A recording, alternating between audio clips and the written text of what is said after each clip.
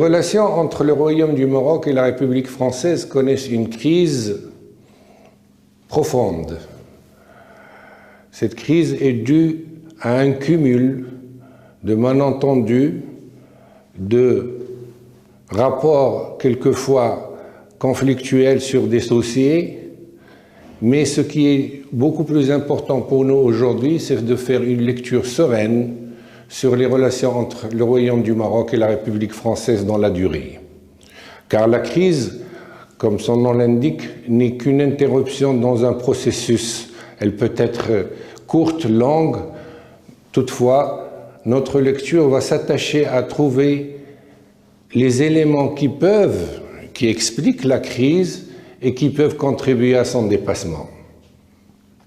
Commençons par les éléments qui expliquent la crise. Ces deux éléments majeurs qui expliquent cette crise et qui maintenant se font jour.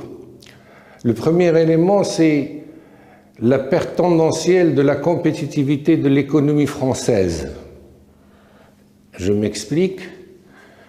L'économie française n'a jamais été une économie compétitive en absolu, meilleure que d'autres économies, que celle de l'Allemagne, de la Chine, des États-Unis d'Amérique. C'est une économie qui a construit sa compétitivité, c'est-à-dire sa capacité à vendre à l'extérieur, à la fois sur une maîtrise technologique certaine, sur des innovations certaines, mais aussi sur une diplomatie qui boostait les entreprises françaises. La présence de la France au sein du Conseil de sécurité a beaucoup aidé dans cette perspective. Il a beaucoup aidé dans la mesure où la France se positionnait non seulement comme quelqu'un qui souhaitait vendre et investir, mais quelqu'un qui apportait un appui politique et, le cas échéant, un appui militaire. Cette tradition de la France, héritée d'un passé colonial, est similaire à celui de la Grande-Bretagne. Mais il n'a pas beaucoup servi les entreprises françaises parce que, appuyés sur une diplomatie active, ils n'ont pas su travailler de manière intelligente leur compétitivité et n'ont pas vu venir le dépassement d'autres contrées. Un exemple de ce que nous avançons, c'est l'Allemagne. L'Allemagne n'a pas de passé colonial. Suite à sa défaite lors de la Seconde Guerre mondiale, elle n'a pas aussi eu une diplomatie active. Elle a construit la compétitivité de ses entreprises et sa capacité à exporter et à investir uniquement sur les éléments internes à ces entreprises. Donc,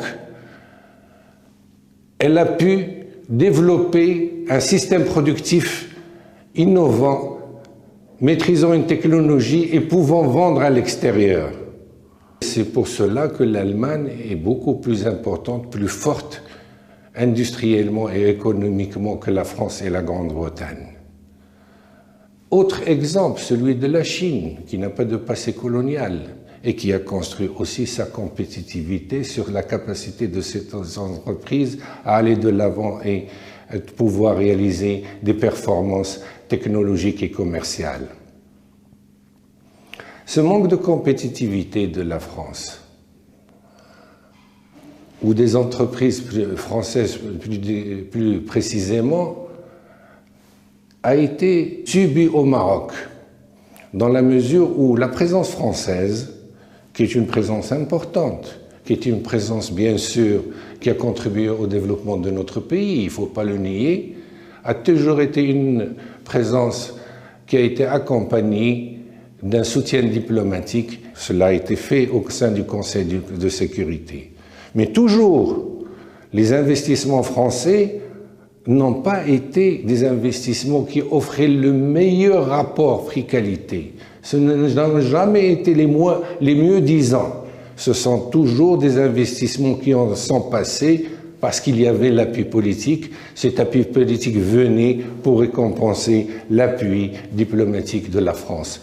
Disons-leur franchement, ce n'est pas quelque chose qui se cache, mais les choses ont évolué. Et la faiblesse de la compétitivité française aujourd'hui est un problème pour la France et un élément d'embarras pour le Maroc. Pourquoi un problème pour la France? Parce que maintenant, la France se trouve en compétition avec d'autres pays qui souhaitent investir au Maroc, qui souhaitent entretenir des relations importantes avec le Maroc et qui ont une offre compétitive, une offre entrepreneuriale beaucoup plus intéressante. Je vais citer deux exemples.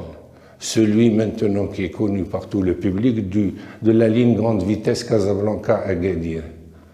L'offre chinoise semble beaucoup plus avancée, plus intéressante, plus compétitive, moins chère que l'offre française. Que propose la France?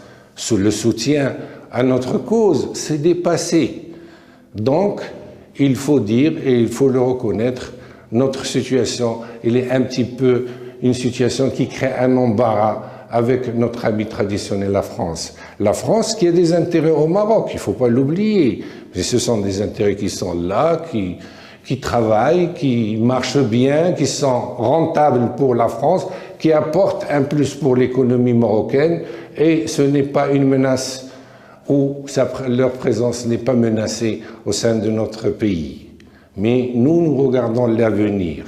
Et l'avenir a fait que la France est dans une situation qui, ayant perdu de l'influence diplomatique, c'est une évidence, la France est devenue une puissance moyenne, présente au sein du Conseil de sécurité, mais c'est devenu une présence moyenne et elle n'est plus une menace pour des pays comme l'Allemagne, la Chine, qui sont beaucoup plus agressifs commercialement et économiquement. Deuxième élément qui contribue à la crise entre la France et le Maroc, c'est le fait que le Maroc, grâce à une diplomatie active menée par le roi Mohamed VI, a pu quand même sortir de cette tenaille française, disons-le franchement, et de trouver d'autres alliances, d'autres perspectives et d'autres horizons. Donc il n'y a pas un problème au Maroc, c'est un problème français et la réponse doit peut-être venir de la France. Et dans cette perspective, je pense que le Maroc est en droit de s'ouvrir vers les autres, est en droit non pas d'avoir une politique d'exclusion des uns et des autres, mais d'aller vers d'autres horizons parce qu'il a aussi des chantiers qui s'ouvrent à lui, il y a beaucoup d'opportunités et nous invitons, j'invite à titre de chroniqueur modeste, la France à réfléchir sur les opportunités de développement du Maroc. Elles sont importantes en interne et même en Afrique.